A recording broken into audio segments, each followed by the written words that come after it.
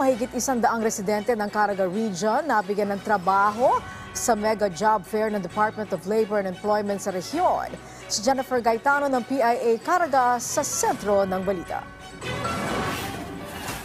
Aabot sa halos 400 aplikante ang nakibahagi sa mega job fair ng Department of Labor and Employment o DOLE Caraga na nag-alok ng mahigit 3,000 local at overseas job openings. Sa 393 registered applicants, may 120 o 31% nito ay na-hire on the spot. Isa na rito si Nelfa Bungaos na kapapanganak lamang ay gusto nang magtrabaho para may pangsuporta sa kanyang pamilya. Sa tanan ng itag trabaho ay lamang kawalag paglaom kay makakita na lagi ta ikuha na nato atong pinaka-best.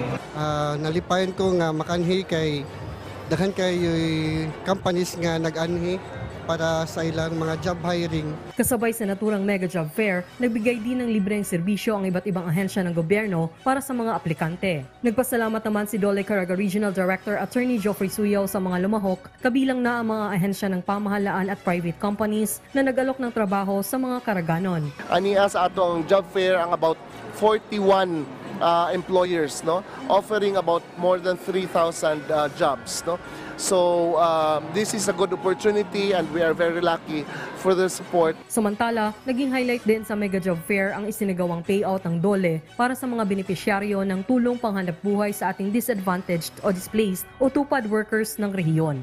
Jennifer Peña Gaetano ng Philippine Information Agency Caraga para sa Bayan.